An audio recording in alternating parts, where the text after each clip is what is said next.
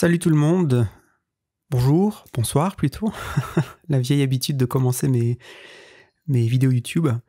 Alors déjà la petite clochette que vous entendez peut-être au fond, c'est mon chat, hein, tout simplement, qui se balade, qui je pense va essayer de sauter sur mes genoux en direct ou en différé, voilà. Donc ce petit bruit c'est sa clochette, elle vient de me sauter sur les genoux. Non, tu touches pas au micro. Voilà, hein, c'est du quasi direct on va dire. Même si pour vous, ce ne sera pas le cas quand vous écouterez ce podcast. Mais au moins, voilà, il n'y a pas de secret chez Orion Manga ou Orion Podcast. Alors, pour ce nouveau podcast, j'ai décidé d'aborder un sujet dont je n'ai jamais parlé, je crois. En tout cas, pas de manière vraiment longue, réfléchie, etc.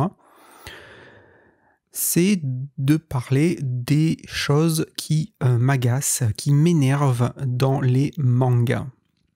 Et pourquoi j'ai pensé que ça serait un sujet intéressant ? Eh bien, tout simplement parce que c'est vrai que sur ma chaîne, j'ai très très rarement parlé de manière entre guillemets négative des mangas, hein, puisque mon but a toujours été de les présenter sous le meilleur jour possible, d'en faire plus ou moins la promotion, etc. Et donc c'est vrai que je ne les ai jamais vraiment, alors je vais dire attaqués, mais c'est pas le bon terme, mais c'est pour juste que vous compreniez l'idée. Et bien effectivement, il y a des choses qui m'agacent, qui m'énervent dans les mangas, et ce sont des choses que j'ai commencé à reconnaître à identifier au fil du temps, au fil des années. Et donc je me suis dit, tiens, ça serait un sujet intéressant pour un podcast. Et également, je me suis dit que c'était intéressant de manière plus générale, parce que c'est vrai que quand on aime quelque chose, voire quand on est passionné de quelque chose, c'est vrai qu'on a tendance à être, à trouver des excuses, à être indulgent, à pas forcément voir les aspects négatifs, les défauts de l'objet de notre passion. Et c'est quelque chose qu'on peut constater dans n'importe quel domaine, à la fois artistique, mais ça va bien au-delà, ça peut aller même dans les passe-temps, dans les hobbies, ça peut aller dans le sport, que sais-je encore. À partir du moment où vous aimez quelque chose, il y a une tendance un peu naturelle à défendre cette chose, ou tout simplement à ne pas trop la critiquer de manière négative. Mais c'est là, je trouve, qu'il y a quelque chose d'intéressant, c'est justement que est-ce que le vrai passionné, alors le vrai avec des grosses guillemets bien sûr, mais est-ce que le vrai passionné, justement, ne devrait pas être cette personne qui est capable, tout en aimant quelque chose, être capable d'avoir un regard critique, voire négatif, et de ne pas tout voir avec des lunettes roses, n'est-ce pas ? Dit-il avec son éclairage rose. Donc, afin que ce podcast ne dure pas 4 heures, j'ai quand même pris quelques notes. En tout cas, j'ai essayé de tête comme ça, très très rapidement, de noter 5 choses qui m'agacent dans les mangas. Il y en a plus que 5, j'en suis sûr, mais encore une fois, c'est par souci de longueur par rapport à ce podcast, ce qui n'empêchera pas éventuellement, à l'avenir, de faire une suite. Voilà, les choses qui m'agacent dans les mangas, épisode 2. Mais ça sera à vous de me dire si déjà ce premier épisode, enfin, en tout cas ce podcast, vous aura intéressé. Alors, une première chose dans les mangas qui m'agace, et là c'est intéressant parce que c'est la première chose qui m'est venue à l'esprit quand j'ai réfléchi à ce sujet, et je pense que potentiellement, et je dis bien potentiellement, c'est un aspect négatif propre au manga. Mais vous me direz si je suis dans l'erreur ou pas. Cet élément, ce sont alors ça peut être les monologues, ça peut être les dialogues, mais c'est souvent des monologues, des dialogues ou des explications, tout simplement, que je qualifierais d'improbables. Et qu'est-ce que j'entends par là ? Il y a quelque chose qui est assez récurrent dans les mangas, pas dans tous, mais c'est par exemple quelque chose qu'on trouve souvent dans les mangas de type enquête policière, par exemple. Ce sont des personnages qui vont être capables de nous sortir encore une fois, soit des monologues ou des explications très très longues, extrêmement logiques, mais c'est là le problème, c'est que déjà c'est long et surtout c'est trop logique. C'est-à-dire on a l'impression que le personnage, en fait, c'est carrément lui le scénariste de l'histoire et qu'il est capable d'expliquer absolument tout. Le problème, c'est que déjà, c'est complètement improbable, personne dans la vie ne s'exprime de cette manière, et donc moi, ça me sort complètement de l'histoire. Et c'est quelque chose, alors pour vous donner un exemple très concret, quand je pense à ça, je pense par exemple à Death Note, qui est un manga, malgré toutes ses qualités, qui à mon avis, se rend coupable très très souvent de cette chose-là. Alors vous me direz, oui, mais c'est un peu la nature de ce manga-là d'avoir un personnage, notamment elle, qui est un détective hors pair, etc. Certes, je vous l'accorde, mais pour autant, il y a une manière de faire les choses. Et même si j'ai bien conscience que Death Note est un exemple extrême, mais c'est quelque chose qu'on peut retrouver dans beaucoup d'autres mangas et que moi j'ai vu souvent, enfin j'ai lu souvent. Et en fait, ça me sort complètement de l'histoire, parce qu'encore une fois, ce n'est absolument pas naturel. On voit très bien qu'en fait, c'est le scénariste qui, au travers d'un personnage, va nous expliquer quelque chose, et c'est pas forcément dans un manga de type thriller, par exemple. J'ai aussi vu ça dans des mangas qui vont nous expliquer, enfin un manga sur la peinture, par exemple, j'ai vu ça.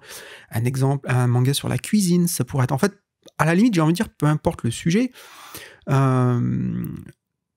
on a comme ça des personnages qui vont nous sortir des explications de derrière les fagots, complètement, voilà, qui ne sont pas du tout naturels. On a l'impression que d'un seul coup, le personnage ouvre Wikipédia dans sa tête et nous sort 3 paragraphes d'explication. Alors oui, c'était le marquis Jackie de Maupassant qui, en 1889, a inventé la soupe à la chèvre, parce qu'en fait, il habitait dans une grotte au Paraguay, blablabla, blablabla, blablabla. Voilà. Donc ça, c'est quelque chose qui m'agace dans les mangas, mais je dirais c'est pas le pire, et c'est surtout, je trouve que c'est vraiment très dommageable au niveau du rythme du récit, parce que ça casse complètement le rythme.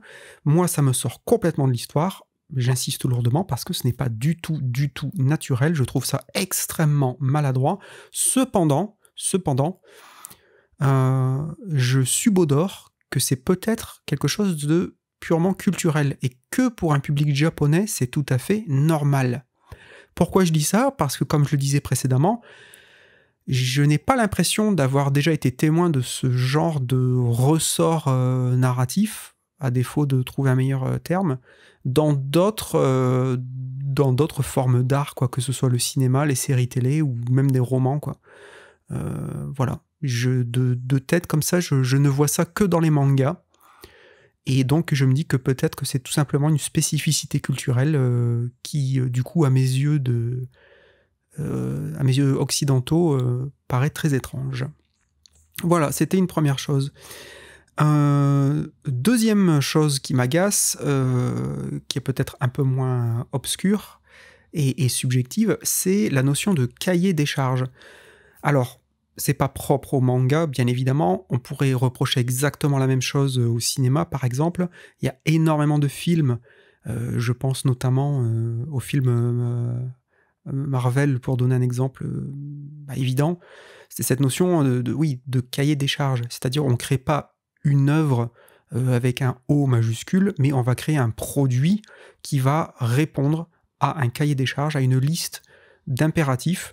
Il faut que le personnage, il ait tel âge, il faut qu'il s'habille comme ça, il faut qu'il ait une petite amie comme ça, il faut qu'il ait des antagonistes comme ça, il faut que les antagonistes, au bout d'un moment, en fait, deviennent ses amis parce que l'adversité, blabla, blabla, blabla, blabla.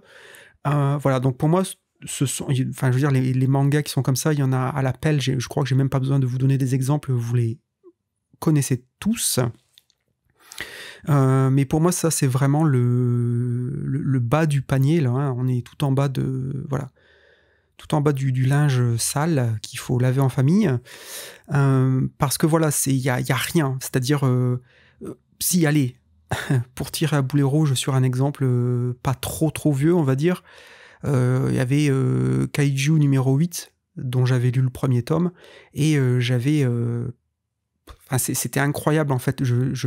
En lisant le premier tome, je n'arrêtais pas de penser à d'autres mangas qui avaient été écrits avant.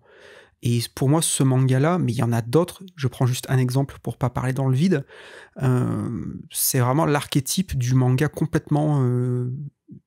qui ne sert à rien en fait, c'est-à-dire qui n'apporte absolument rien d'original, de neuf, etc. Alors oui, je sais bien, il y en a qui vont me dire, oui, mais est-il nécessaire forcément d'être original pour être intéressant ? Non, dans l'absolu, je dirais non, mais moi je veux bien qu'il n'y ait aucune originalité, encore faut-il que ce soit bien fait. À bon entendeur, voilà. Donc Kaiju numéro 8, pour moi, c'est vraiment un cas d'école, d'avoir une œuvre en fait qui ne fait que remplir des cases, en fait, qui va piocher plein d'éléments qu'on a vus 2500 fois ailleurs, qui les recycle, qui les met à sa sauce, mais en fait, si vous avez un minimum de culture manga, et je mets ça entre de très grosses guillemets, vous allez forcément voir toutes les ficelles, vous allez dire, oui, mais ça, en fait, on l'a déjà vu dans tel manga, oui, mais ça vient d'ailleurs. Et encore une fois, j'ai bien conscience qu'il est extrêmement difficile, dans n'importe quelle œuvre que ce soit, d'être original à 100%. Je doute même que ce soit possible. Moi-même, j'en ai fait l'expérience. J'ai commencé il y a quelques années à écrire un roman, très arrogant que je suis, donc pour l'instant qui est en pause et je ne sais pas si j'arriverai à le finir un jour, mais en fait mon écriture justement elle s'est arrêtée à un moment, elle s'est bloquée parce que je me suis rendu compte que j'avais créé un personnage dans mon histoire. Quand je l'ai créé, aucun problème, c'était un personnage parmi d'autres, mais une fois que j'ai relu mon histoire à froid, je me suis rendu compte que ce personnage-là, en fait, c'était Gollum, du Seigneur des Anneaux. Sauf que dans mon histoire, il s'appelle pas Gollum, etc., etc. Mais après relecture, je me suis dit, mais comment j'ai fait pour créer un personnage aussi similaire à Gollum sans m'en apercevoir ? Et c'est pour ça que je dis, j'ai bien conscience que créer une histoire en essayant d'être original à 100%, c'est extrêmement difficile, voire impossible, parce qu'on est le fruit d'une culture, on a, qu'on le veuille ou non, reçu toute notre vie des influences artistiques au travers du cinéma, de la musique, de la littérature, etc., etc. Mais il y a quand même une différence entre des influences inconscientes ou subconscientes et puis créer une histoire en ayant vraiment une démarche de « il faut remplir des cases ». Voilà. Donc, la notion de cahier des charges, c'est quelque chose qui m'énerve dans les mangas, et en principe, c'est une marque de titre complètement inintéressant.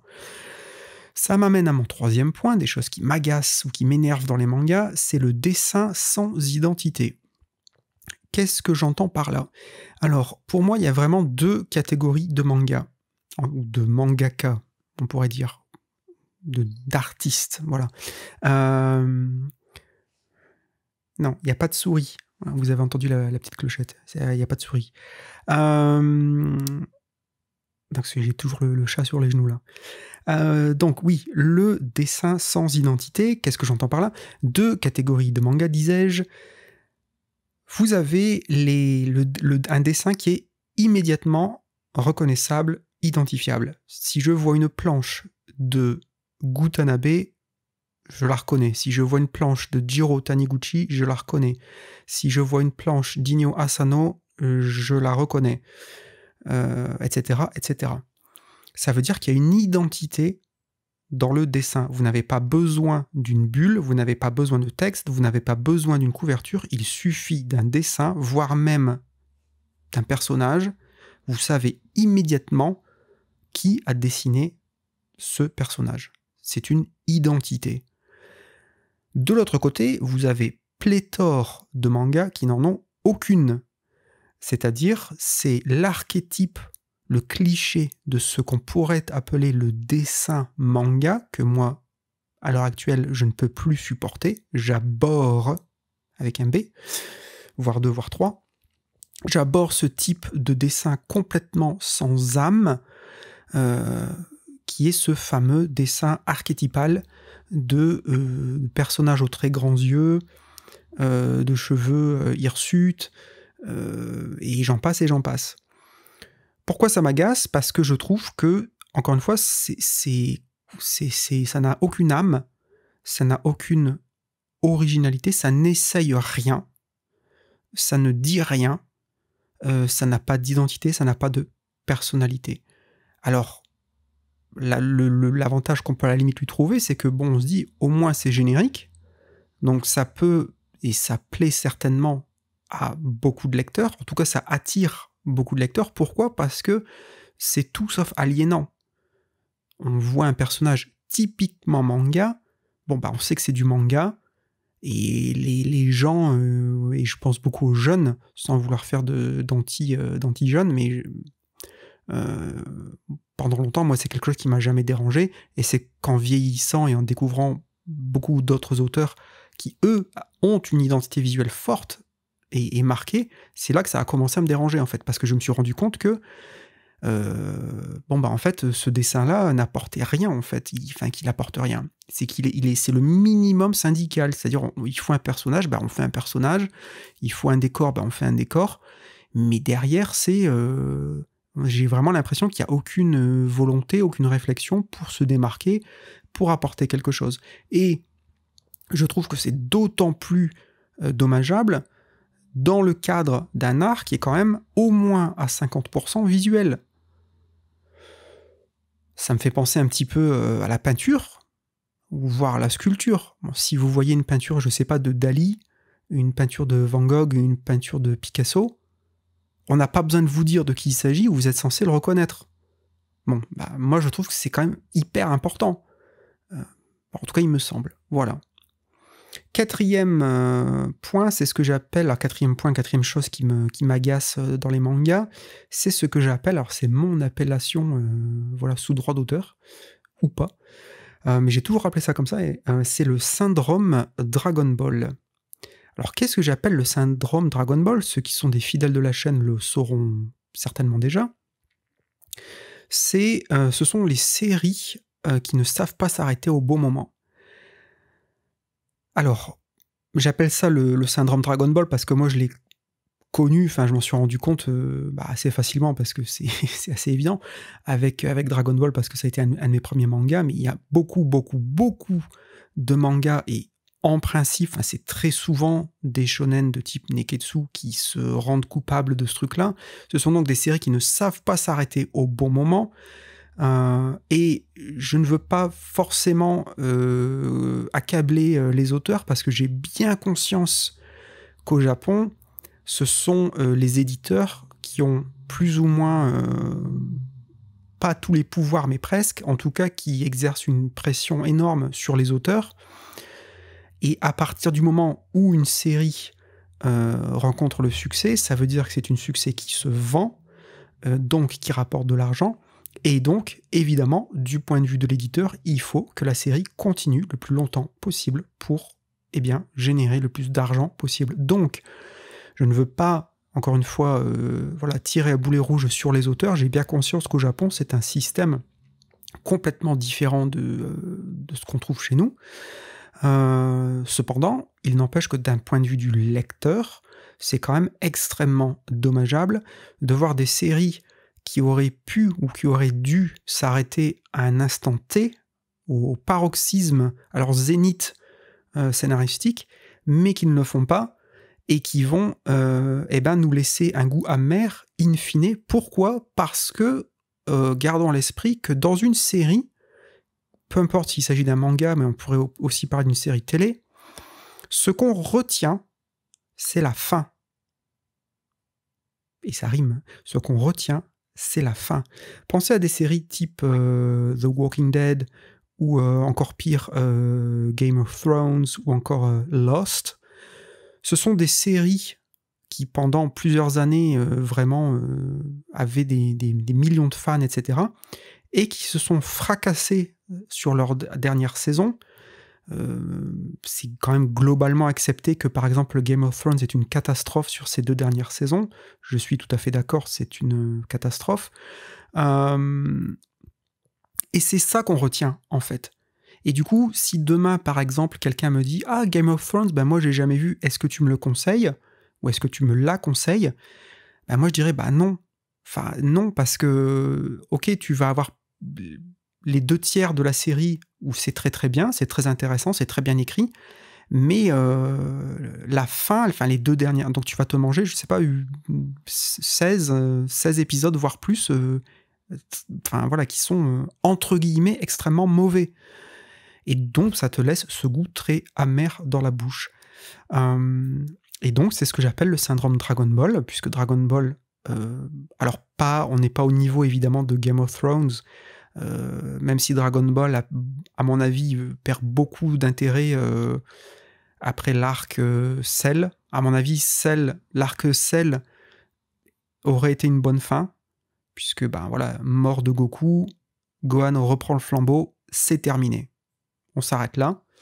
Je sais que certains disent que s'arrêter à l'arc Freezer aurait été aussi une possibilité, avec Goku qui devient enfin le super Saiyan. Éventuellement, oui. Oui.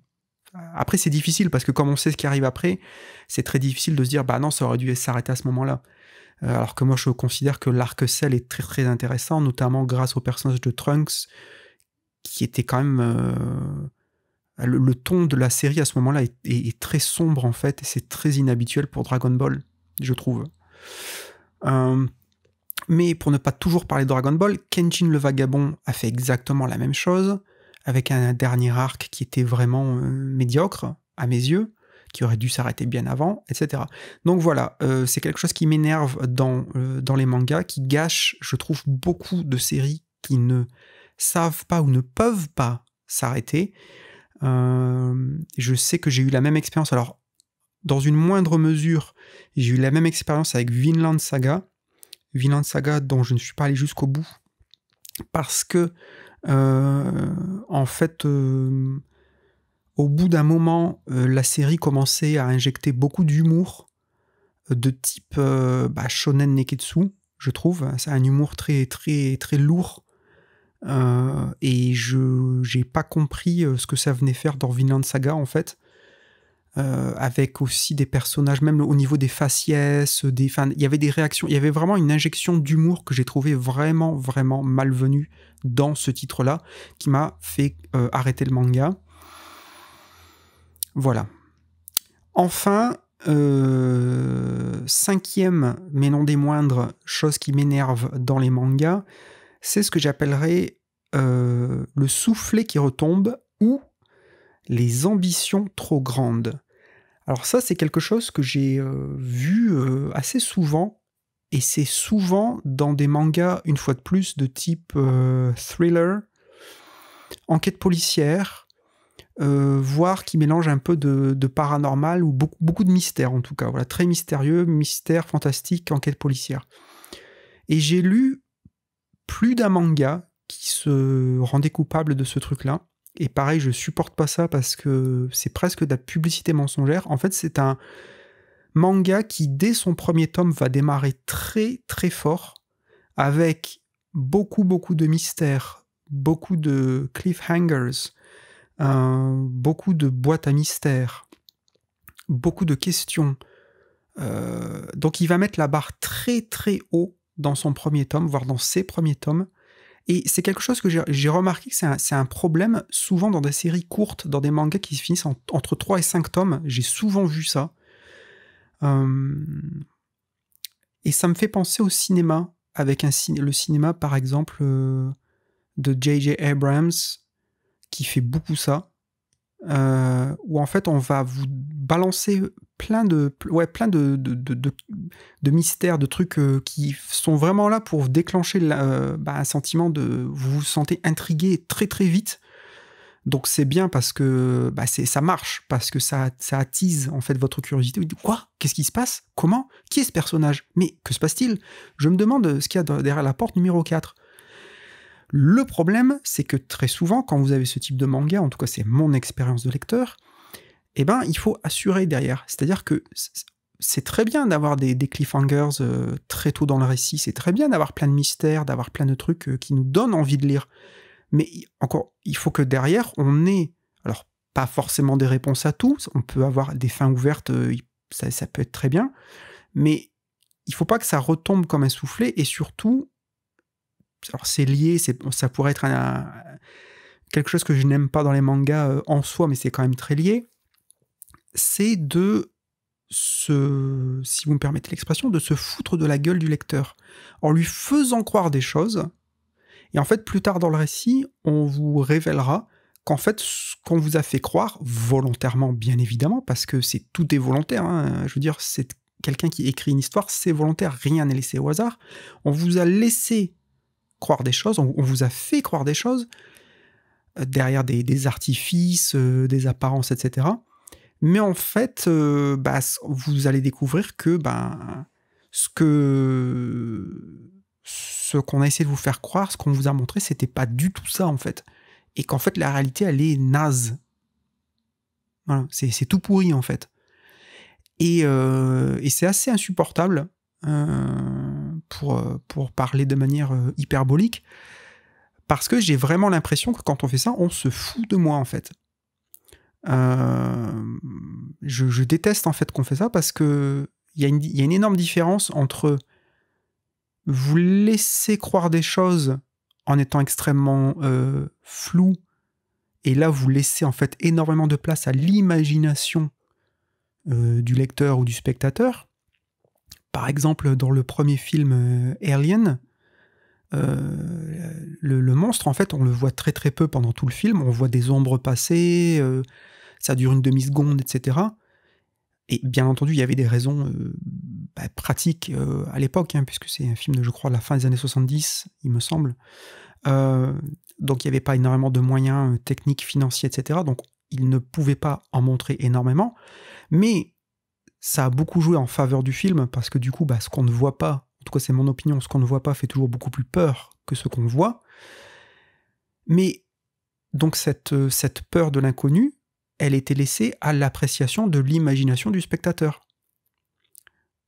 Donc c'est très différent de faire ça, plutôt que de vous laisser croire des choses, en sachant très bien qu'on le fait exprès, pour ensuite vous révéler que non, c'était pas ça du tout en fait.